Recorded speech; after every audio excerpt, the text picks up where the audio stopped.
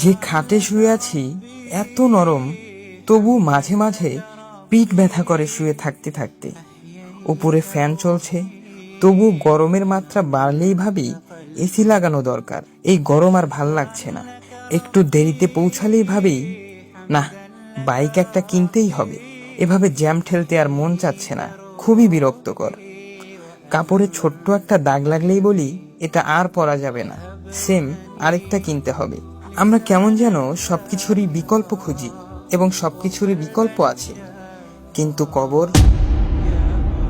এই যে ঝড় বৃষ্টি, রোদ্দুর, এক মাসের ভয়ানক বন্যা, যাই হোক না কেন অবস্থান পরিবর্তনের বিন্দু মাত্র সুযোগ নেই।